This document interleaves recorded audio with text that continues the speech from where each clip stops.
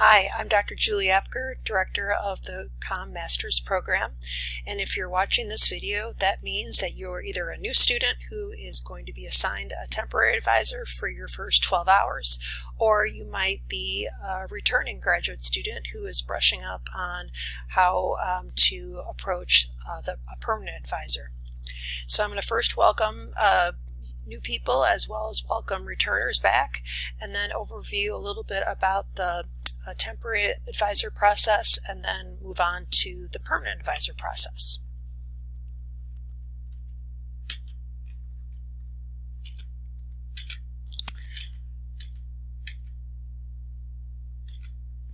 First, for the people who are new, I want to welcome you to the School of Communications Master's Program.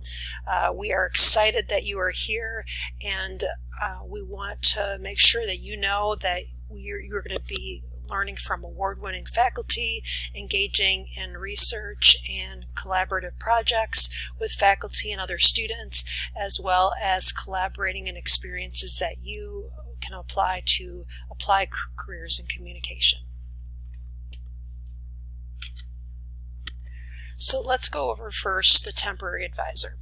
A temporary advisor means that you will get advice from a faculty member assigned to you based on research interests or applied interests, and that person will give you some general guidance for your first 12 hours, which means about your first 4 courses. Some students extend the advising temporary advisor relationship throughout their first year. I think that's fine, but by the end of your first year, and if you're going part-time, about midway through your program, you should have either continued with that temporary advisor as your permanent advisor, or you have sought another faculty member out to be that permanent advisor. So the temporary advisor is someone who will give you some general guidance about courses that you choose, and also can answer some general questions you might have about courses outside of the department or other policies that are applying to going through the master's program. If for most of you who are enrolled in fall courses, you won't need to speak with your temporary advisor for advising until about mid-October, when the fall courses are released through the registrar's website. I would encourage you, though, to, once school starts, to drop your temporary advisor a short email, introduce yourself, potentially set up a virtual in-person meeting just so you can get acquainted, and it'll make that advising meeting that happens later on in October more comfortable. So you'll seek out your temporary advisor for sure mid-October when spring registration begins. Please make sure that you know that you reach out to your temporary advisor. Some students expect the advisors to contact them. That happens in undergraduate, but at the graduate level, at least in our program, we expect as faculty that students will reach out to us.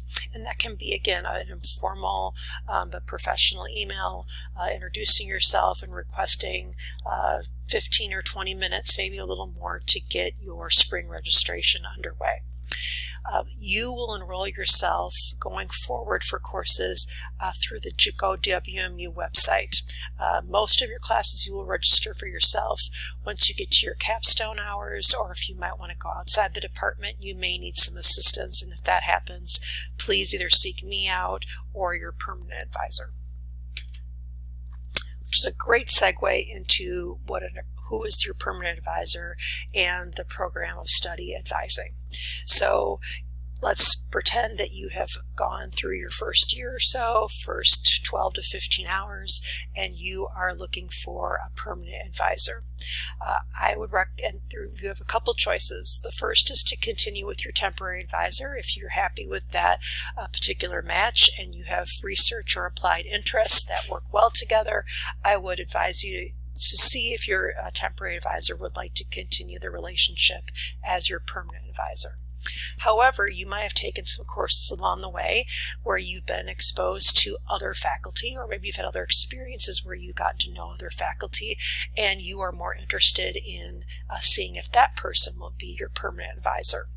Please know that it is absolutely fine and accepted practice in the School of Communication that a temporary advisee will move on potentially to a different permanent advisor.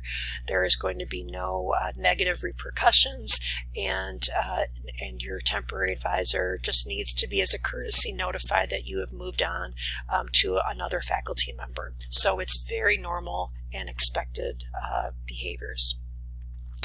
I would, when you think about your permanent advisor, to consider people who have aligned research interests or applied interests, and or they have a working style that you think would mesh well with your own, because you're going to be spending some time with this person going forward.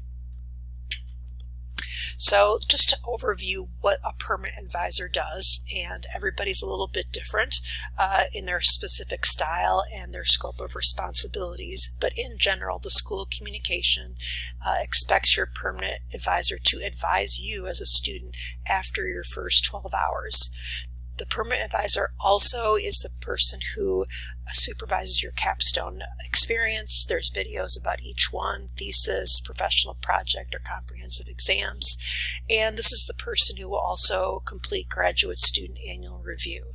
And that review process is one that happens every year, and it is a process that helps you communicate with your advisor regularly and make sure that you're graduating, you're on time to degree in a timely manner. Your permanent advisor is also the person who will sign off on all the forms that go along with being in the master's program. So your program of study forms, for instance, or your committee, because your advisor will be on your capstone committee. Your permanent advisor also may provide additional mentoring for you.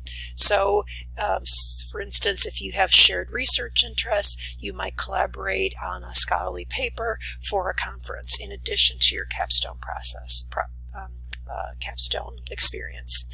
A temporary advisor might also give you some professional development types of mentoring, looking at a CV or resume, being a reference for a job both in and outside of the academy. Those are kind of some of the general parameters of what permanent advisors do, but I think it's a really good idea to talk individually with the person that you've selected as your permanent advisor and find out what their perceptions are about their scope of responsibilities for you. Okay, what's your role? I see your role as an advisee as two major areas. The first is communicating. Again, students are expected to approach the advisor, temporary and permanent, rather than the other way around. So you do want to approach an advisor for a permanent relationship about halfway through your program, and you would submit Form 1, which is on our School of Communication website. I would also, at a minimum, check in with your permanent advisor at least once a semester, especially if you're going part-time. Don't let a semester or two elapse before reconnecting with your advisor.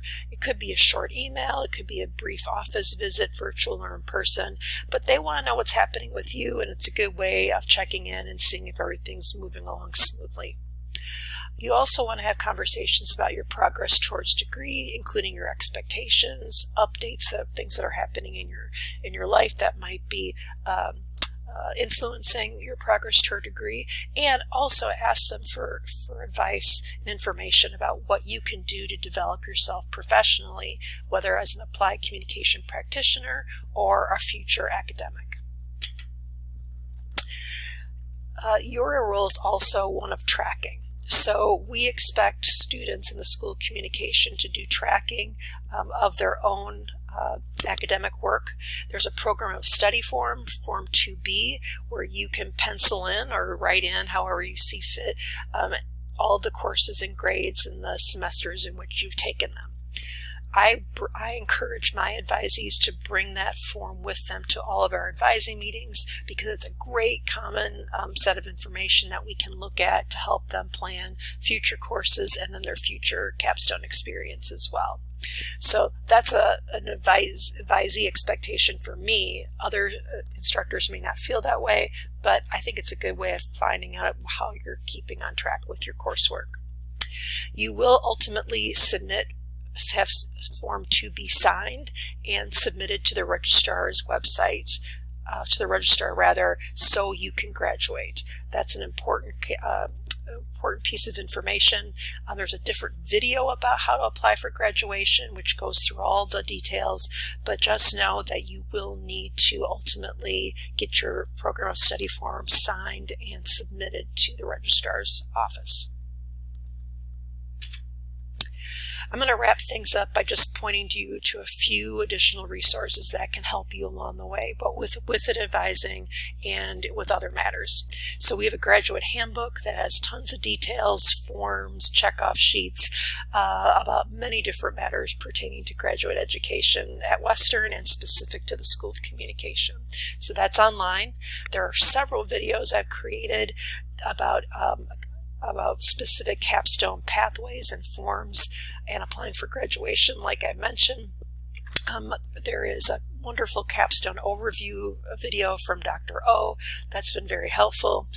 Related to seeking out help from a permanent advisor, I've created a letter if you want some ideas on talking points on how to approach a permanent advisor. Please reach out to me and I can send that template to you. It was developed by one of our graduate students, and I think it's a wonderful resource to break the ice with the permanent advisor. All of our forms, both that I mentioned in this video and others, are all on the School of Communication website and the graduate portion of the website. The Graduate College has a useful website, and then, as always, myself and the director of the School of Communication are here to be resources if you get stuck, or if you don't know the answer or need to be pointed in the right direction. We are here to be of help to you. So I'm going to wrap up this video and once again reiterate how excited I am that you are in our Communication Masters program. Our temporary advising and our permanent advising practices have worked for many years. We've got supportive, interested faculty who want to help you succeed, and I'm here, as well as the directors here, to help you along your journey.